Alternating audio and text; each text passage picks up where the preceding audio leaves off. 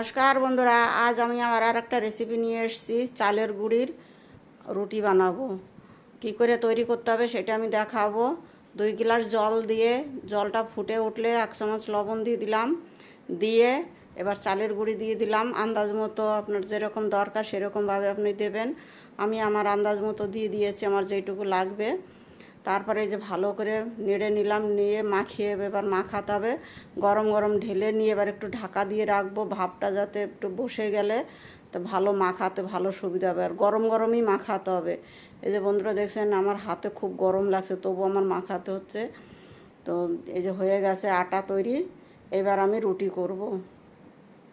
একটা ভিজা কাপড় দিয়ে ভালো করে ঢেকে রাখতে হবে, যেন উপরের চামড়া ভাবটা না হয়, শুকিয়ে যাবে না। তো এই হয়ে গেছে,